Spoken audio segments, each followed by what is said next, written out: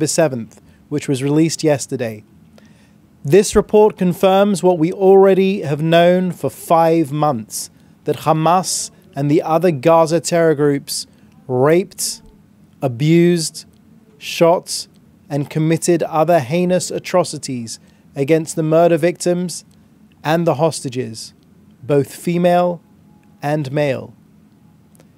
This is now definitive recognition that Hamas committed sexual crimes. But now, Israel calls for the immediate of designating Hamas as a terrorist organization. The United Nations must impose international sanctions on Hamas. As we prepare for International Women's Day later this week, many have spent the last 5 months downplaying, denying, and ultimately delegitimizing the victims of these horrific crimes. Now, even the UN recognizes Hamas's horrific sexual crimes. We simply ask the question, wouldn't now be a great time to investigate UNRWA? On UNRWA, the more we investigate, the more we find, the more we release to you. Last night, the IDF released details of an UNRWA teacher boasting about kidnapping Israeli women. He described the innocent Israeli civilian female as, quote, a prized horse. The incriminating recording is further evidence that UNRWA staff took part in the October 7th massacre. Just to be clear, these were educators from UNRWA schools participating in the heinous massacre on October 7th. IDF intel has revealed 450 terrorists in Gaza, mostly from Hamas, are also employed by UNRWA. UNRWA must be replaced now with other organizations which have not been tainted by their support for terrorism. The IDF confirmed that it had destroyed the largest terror tunnel discovered in Gaza to date. Confirmed that just today. I have been in that tunnel. I saw that tunnel with my own eyes, wide enough to drive a jeep through. Indeed, we released a video of Yahya Sinwar's brother doing just that. Billions in foreign aid has been sunk into the Gaza terror tunnel network, which is more than twice the size of the London Underground. Money that could have gone to build schools and hospitals was spent on death and destruction. Make no mistake, this particular tunnel was built with the explicit intent of attacking Israel on a massive scale. Israelis will sleep better knowing that it's been destroyed. Next, a further update from our ongoing efforts to defeat Hamas in Gaza. Yesterday and today, in the Hamad area in western Khan Yunis, IDF raids apprehended dozens of Hamas and Islamic Jihad terrorists. The terrorists were hiding in plain sight among the civilian population attempting to flee the area. This, in itself, is a war crime. In central Gaza, the IDF eliminated around 20 terrorists over the past day through the use of sniper fire, tank fire, and UAVs. In Beit Hanun, a terrorist cell that was operating a drone aimed at our troops was eliminated. All the while, over the last 24 hours, the Air Force carried out 50 precise strikes on Hamas terror targets throughout Gaza. We struck launch posts, weapons storage facilities, tunnel shafts, and Hamas military infrastructure. Now, an update from Israel's northern border. Yesterday's Hezbollah anti-tank fire and launches into Israel claimed the life of an Indian national and injured 2 others. This cowardly Hezbollah terror hit peaceful workers cultivating an orchard in the village of Magaliot. Indian media are reporting that Patni bin Maxwell, aged 31, was killed. He arrived in Israel 2 months ago and is survived by his 5-year-old daughter and wife, who is 7 months pregnant. The people of Israel stand shoulder to shoulder with the Maxwell family and the people of India in their time of grief. Israeli medical institutions are completely at the service of the injured, who are being treated by our very best medical staff. Israel regards equally all nationals, Israeli or foreign, who are injured or killed due to terrorism. We will be there to support the families and offer them assistance. Our countries, who are sadly well versed in civilian loss, stand united in hopes of a speedy recovery for the injured and solace for the family of the bereaved. Sirens sounded last night as 10 launches crossed from Lebanon into Israel. The launches, which would have fallen in populated areas, were intercepted, and no injuries were reported. IDF fighter jets have struck a series of Hezbollah terror targets in the area of Bint Jebel, Sultaniya, and Sedikin. We are operating to restore security to the residents of the north. Israel continues to respond with force to any Hezbollah acts of aggression. Hezbollah is acting at the guidance and encouragement of Iran. While we remain open to a diplomatic solution, if possible, if Hezbollah pushes us into an expanded military campaign, we will respond with such force that Lebanon will be set back by years. Now an update from Kogad. Yesterday alone, 4,160 tons of food were transferred to Gaza. 5,580 tons of humanitarian aid was transferred on Monday, including food, water, medical supplies, and shelter equipment. We say again, there is no limit to the amount of aid that can enter Gaza. This morning, we sent 50 incubators designed for hospitals in northern and southern Gaza Strip.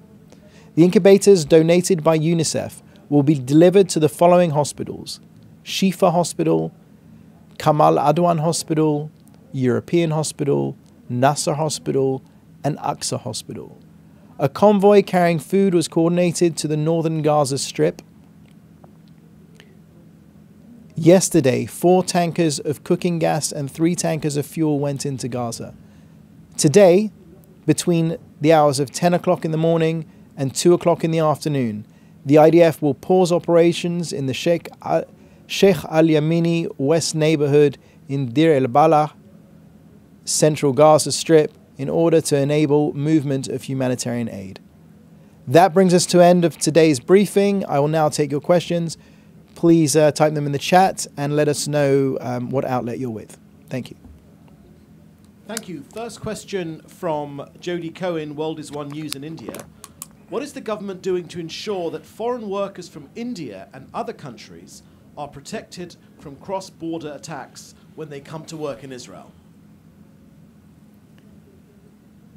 The government of Israel is doing their utmost to restore peace and security on the northern and southern borders of Israel, with threats from Hezbollah and Hamas.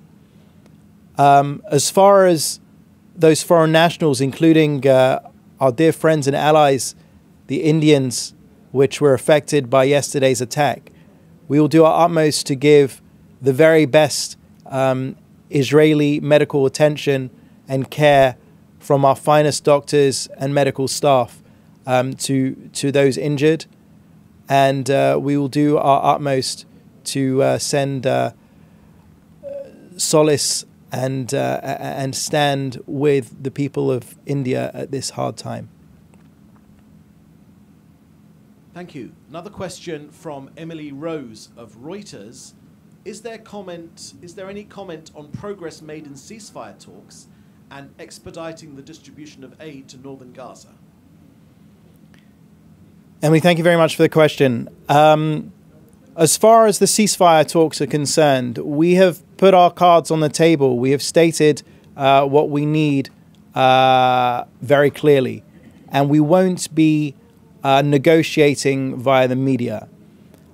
We hope that there will be news And when there is news, we will give it to you. But that would mean that Hamas has to come down from their delusional positions and come into our orbit, as the Prime Minister said, to reach a deal.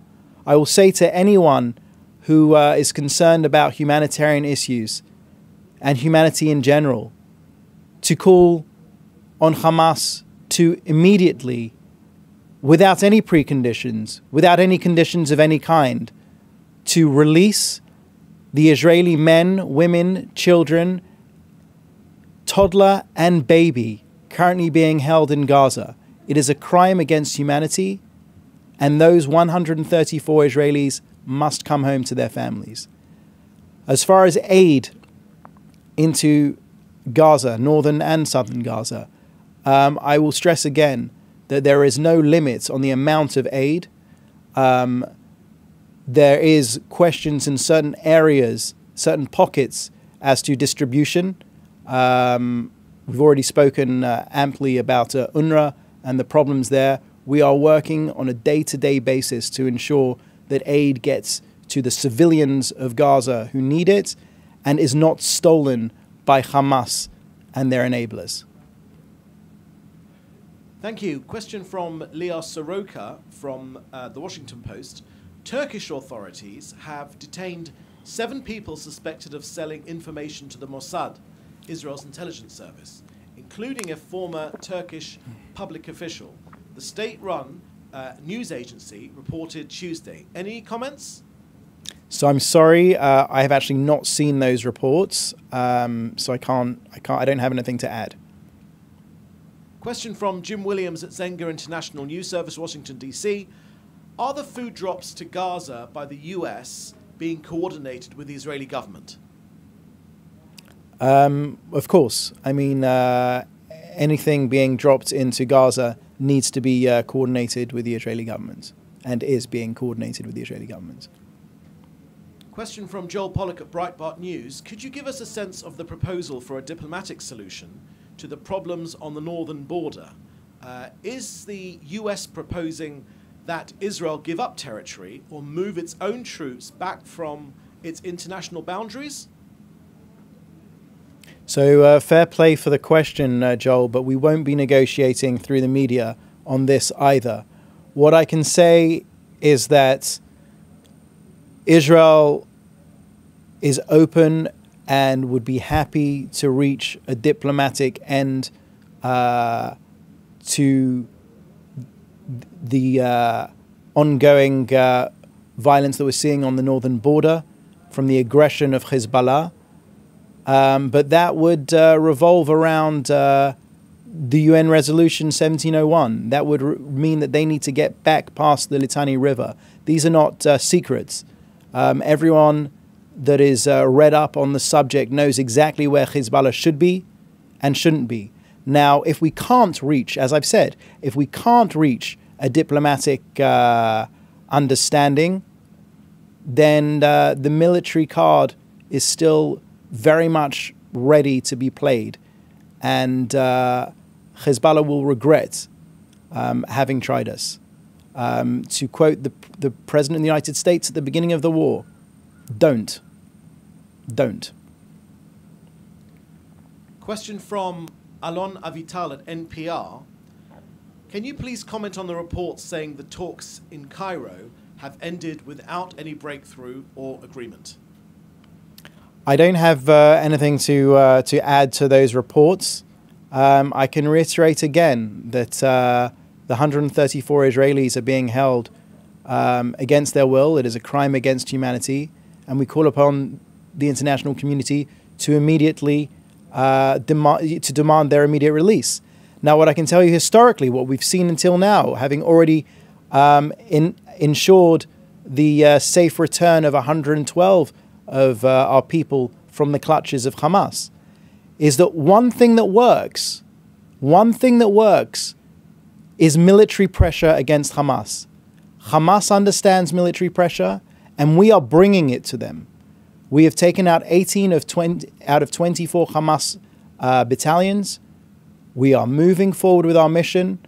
which, as stated from the beginning of the war, is to destroy Hamas, bring home every last hostage, and to ensure that Gaza no longer poses a threat to the state of Israel. Thank you. Another question from Jim Williams at Zenka International News. Doesn't the UN report on sexual abuse by Hamas automatically qualify them for terrorism status as per the UN Charter? I won't speak on behalf of the UN. As an Israeli, these things seem pretty clear. Hamas is a recognized terrorist organization in many, many capitals around the world, and rightly so. And we call upon the United Nations to put themselves on the right side of history and say what is clear to anyone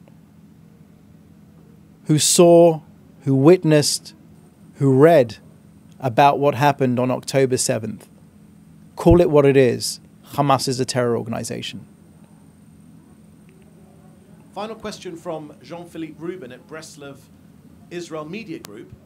Do you think that the fact that this war is taking place in the Holy Land, or close to the Holy Land, has spiritual significance?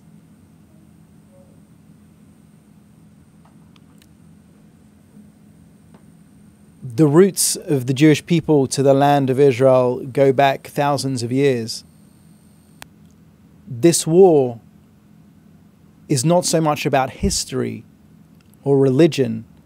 It is a war to defend our very existence. It is a war to ensure that Jewish men, women, children, Israelis, Muslims, Christians, Druze can walk the streets peacefully of Israel. It is a war with the aim of being able to look at our children in the eye when we put them to bed and say, "Don't worry, darling. Don't worry, monsters won't come for you in the middle of the night and take you into Gaza." Thank you. That was the last question. Thank you very much. Same time, same place tomorrow.